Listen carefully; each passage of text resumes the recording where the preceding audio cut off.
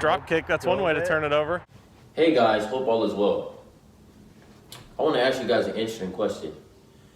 When it comes to making our swing changes, what is the ultimate reason we do it? Well, we know it's to change the ball flight that we currently have, right? The only reason why we want to make swing changes is to change our ball flight to improve our scores.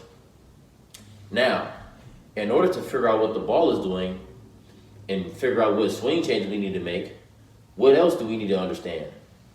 We need to understand what the club is doing that influences the ball flight we currently have, right? In order for us to make a change, we must make a diagnosis, right? So that diagnosis is us figuring out what the club is doing to influence the ball flight. Now, before we get deeper, we're going to go over the principles of what the club does in order to influence our ball flight. I got an interesting question for you. So I have these sticks here, right?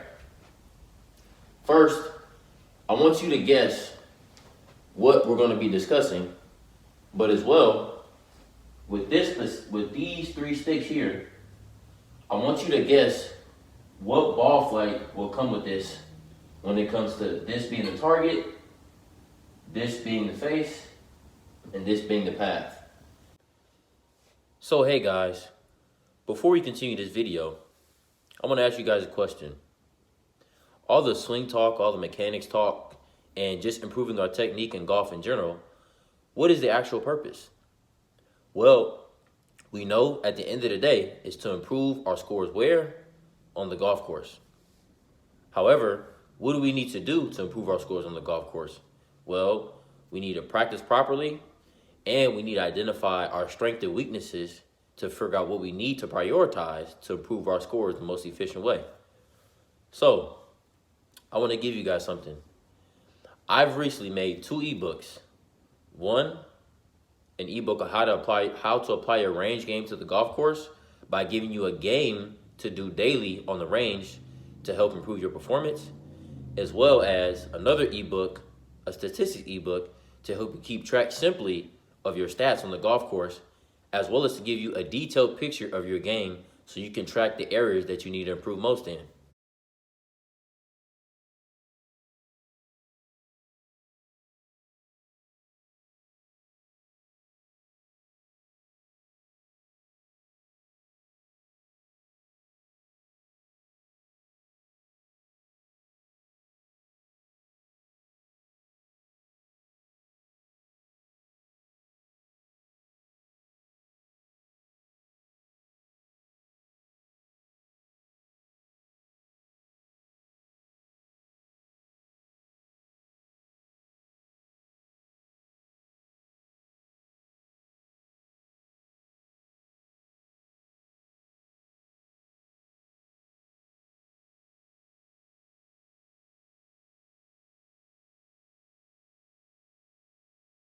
So, if you want to know how to improve the quality of your practice when you go to the range to apply to the golf course, and as well to have a statistics ebook completely broken down in detail to help you show what you need to work on in your game in the back of your pocket, go ahead and click that link down below. All it is just both of them are $8. So if you really want to improve your game and see your scores change past just the mechanics, go ahead and click that link below. So now we're going to go a little bit more in depth when it comes to those 3 main principles that influences how the ball flies. First, this red stick here, the target line. Why is that so important? Well, that's our intention when it comes to when we're playing golf on the golf course. That's where we want the ball to finish, right? That's where we're aiming. Then we have the face angle. Now, why is that so important? Well, that tells us where the ball starts in relation to this reference point, which is our target line. Then now, we also have the path, this club here. Now, why is that so important? That's important because that's going to influence, along with the face, how much the ball curves and how it curves. So here we see, with this example, that we have our target line. The face will be close to our target line. However, our path will be left of the face, or some people describe it as the face being open to our path. And as a result, what this will produce would be a ball that curves to the right.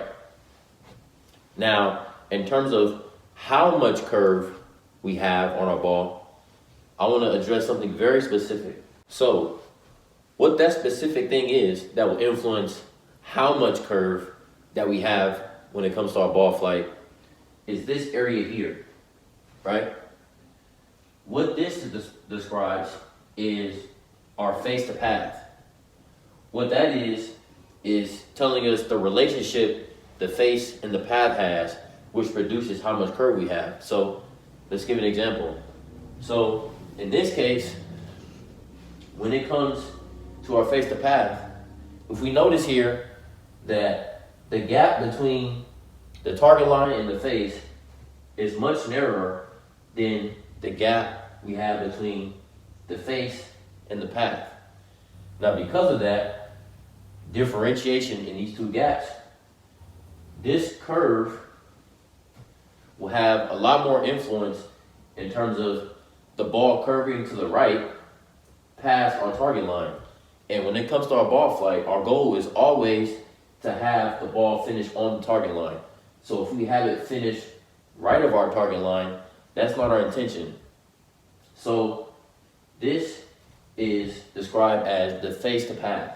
So ideally, in order for us to get the ball to finish on the target line, what we want is to have a relationship where if I have the face here, right? If I have the face here and I have the path here, now we can see that the gap from the target line and the face and the path is a lot more even, or as we like to call it, split down the middle, half and half. And because of that, that will allow first the curve to be less, which will allow the ball to finish more on the target line versus finishing right when it comes to either hitting a slice or a fade.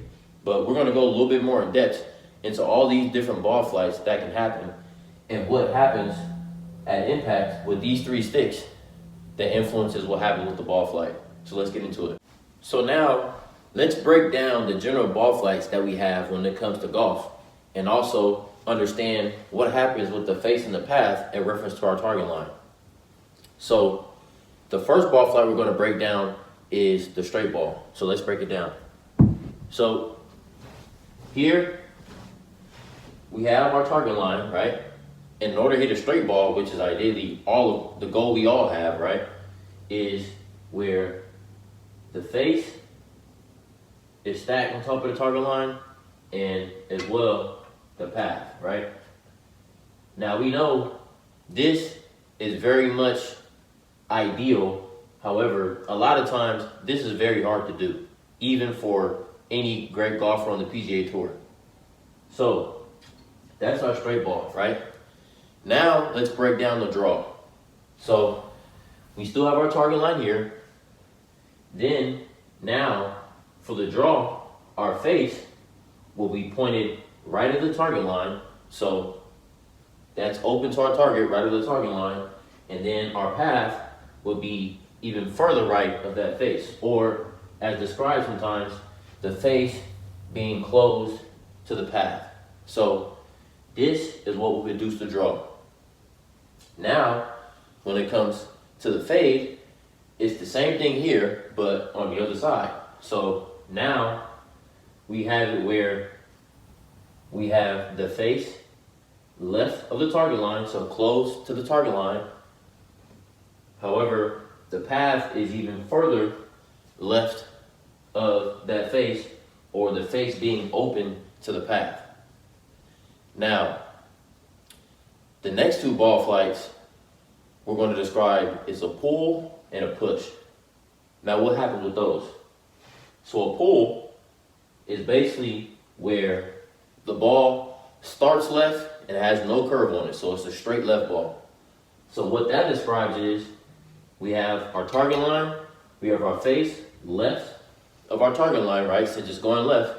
However, the curve is not there. So this gap has gone away, as you can see here. Then this, for the push, this is the same thing, but just on the other side. So now, for the push, we have the face open to the target line, right? And then from there, we have the path right next to that face. So that gap is closed, and that allows for the ball to start straight right. Now, the last two ball flights we're gonna break down, which are typically the misses that we experience when we're on the golf course, is a slice and a hook. So let's break down what happens with the club. So for a slice, as we all know, or sometimes called the banana ball, is where we have our face left of the target line and our path even further left than that. However, as discussed earlier, when it comes to our face to path, right, we see here that the gap between the target line and the face is narrower than the gap of the face and the path. So because of this differential, now we have a ball that starts left of the target line, but because that gap is bigger than this, curves right of the target line. So it finishes right of the target line when the ball lands. Now, let's break down the hook. The hook is the same thing, but on the opposite end, because the hook is where the ball starts left, where the ball starts right and curves way further left than what we intend to of the target line. So now we have this where, say, the face starts here or open to the target line, right? So it starts right at the target line, and then from there, the path is even further right of that face. However, again, we can see the differential when it comes to the target line in the face and the face in the path. Because of this differential, this is going to have a ball that starts right of the target line and then curves too much and finishes left of our target, which is what we don't want. So those are the ball flights, the general ball flights, and broken down and what the face and the path does in reference to the target line. There are a little bit more nuances in that we're going to break down even further. So let's get into it. So now, the last two ball flights I'm going to break down are a little bit more nuanced and also are a result of us not controlling our face when it comes to impact.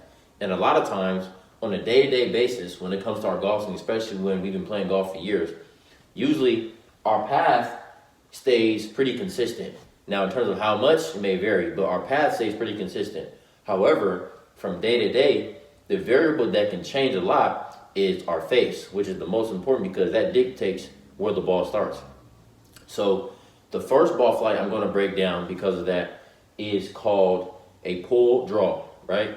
And this is a ball flight we don't want to have because usually that's not our intention. Usually we want the regular draw, right? That starts right and curves back on the target line. However, let's break this down.